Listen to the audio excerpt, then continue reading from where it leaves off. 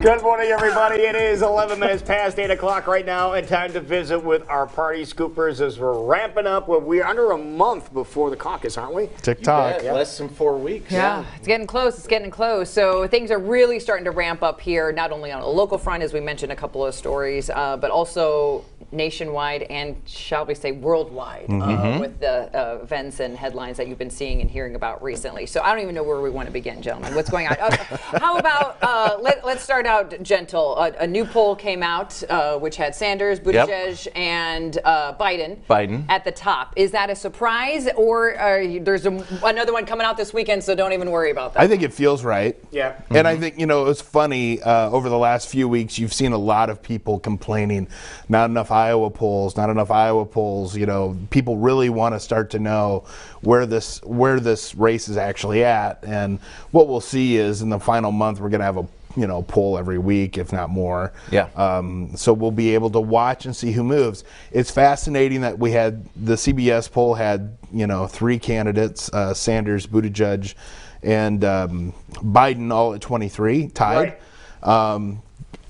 I think that's good. It's interesting to me. It's also bad for one of whoever falls. Okay, I think Warren it's bad. obviously fell out of it. She fell off the top. I imagine she's going to continue to fade. You think so? Yeah, and especially because you have someone like Bernie Sanders, who I think appeals to her voters, and the way the Democratic caucus process works, where if you're in your caucus site and Sanders is winning, why would you stay? For so why is she a fading fourth-place now? finisher? Well, I think there's a lot of reasons. I think that she's a lot of issues have weighed her down. Her, the amount of spending that she wants to do. I mean, I just think that, and I think Sanders is a kind of more pure candidate on those issues. I think you just hit the nail on the head. Like, if you are in the part of the party that believes in Medicare for all, that believes in free college, that believes in all these things, Bernie Sanders is unequivocal. He's there 100% of the way, and he's unapologetic about it. And Elizabeth Warren came out early in support of all those things and then has kind of been stepping back a little bit. And I think there are a lot of folks that don't want any stepping back. They want you to charge ahead. And Bernie Sanders is the charge ahead candidate. What's really interesting about this poll, having the 3 at the tie, is that the plan for the Sanders campaign all along was to have a very serious challenger in the establishment or in the centrist lane to Joe Biden. Well, it looks like Pete Buttigieg is that candidate right now. So now you have 2 candidates who are establishment or centrist candidates in the center lane that are competing and at an equal strength. That is the perfect setup for Bernie Sanders. Not only do I think Iowa and even New Hampshire is set up beautifully for the Sanders campaign, but I mean, I think you could look at this, and I think Biden, even though all the foreign policy stuff that's going on, I think that should help him. I think you are seeing some Democrats that are out there at his events. Hey, Joe's the guy because he has foreign policy experience and all that stuff, and I think that really does matter. But I think Buttigieg is a huge problem for Biden, and I think that CBS poll shows him in really good shape at 23%. But is it going to be Biden who grows or Buttigieg? Or I think Sanders is the guy who takes off as he is this, the pure guy in this primary or in this caucus, that he has the potential to grow. And then you look at it and you forecast it, he's going to be strong in New Hampshire too. And of course and so, he is, yeah. And then after New Hampshire, you got Bloomberg looming.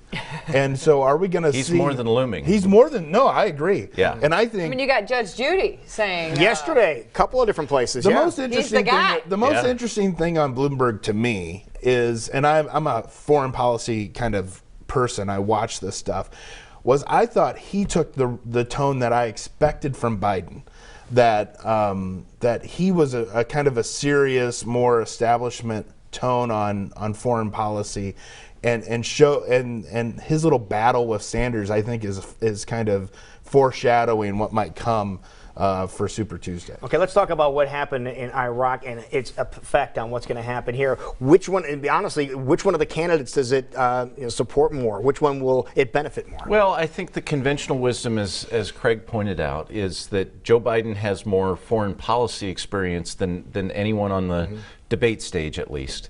So among the Democrats, that's the conventional wisdom. But I think that there is an opportunity for Pete Buttigieg to say, look, I wore a uniform over there. That's true, too. Yeah. I was a naval intelligence officer. I had to deal with intelligence about the movements of this guy that And I don't we think assassinated. I don't think it hurts Sanders either, because I think there's a lot of people where he doesn't want war. He doesn't want any involvement in this. I think there's plenty of people in the Democratic Party who agree with him. And so I think it kind of helps them all. And again, I think this whole process has really, I don't know if Sanders could have done it any better to be at this moment, at this time, where he's at. And ironically, the thing that was the trigger that started his push back up, because he was sort of flat. Heart attack? Was the heart attack. I agree. Seriously. Yeah. You go back to so. But what did it force him to do? What did it force him to do? This is a great topic. Forced him to go on TV. It forced him to go because he couldn't campaign as aggressively.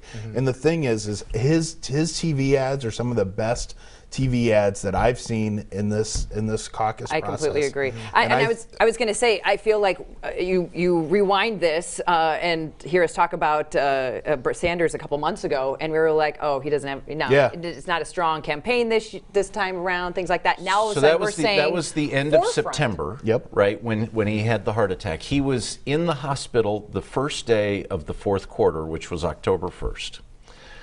Now remember, we talked about the Polk County steak fry back in the middle of September, and that's when the Iowa poll came out that showed Elizabeth Warren in the lead for the first time, and Buttigieg starting to move a little bit, and everyone was kind of writing Sanders off. 2 weeks later, he has this heart attack. He goes on television. They raised more money in that fourth quarter than anyone ever, $34 million, and he started the fourth quarter in the hospital. Think about that. But I agree, his ad campaign right now is poignant and now, touching. the one and candidate we have not talked about that we really need to is Amy Klobuchar. Yes. Okay. I talked about her last week. I was going to say, so we've all pretty much been mentioning three names over and over and over again. There's more than three names She's still the in one this. to watch. We have Yang, who's still saying, I'm raising money. We have Klobuchar, who's still out there with ads on a regular basis. So do we forget about the rest? And Booker just started had more ads now, too. Yeah. I'm curious in these polls that come out in the next week or two, Amy Klobuchar's number. She was at 7, I think, in the CBS poll. Will she inch up? I expect her to. And I think, again, what we talked about last week was that when you go to all 99 counties and you go meet Iowans where they live and where they work, I think you have a little bit better connection. Makes a difference. And remember, so this group that I'm working with, Focus on Rural America, has done 5 polls every quarter for the last year and a half. We're about to come out with a new one in the next 2 weeks. But we had Amy Klobuchar in double digits in the middle of the summer before anyone else did. And she was at 7 in the CBS poll. It'll be really interesting to see where she lands in the Register poll, which may come out on Saturday.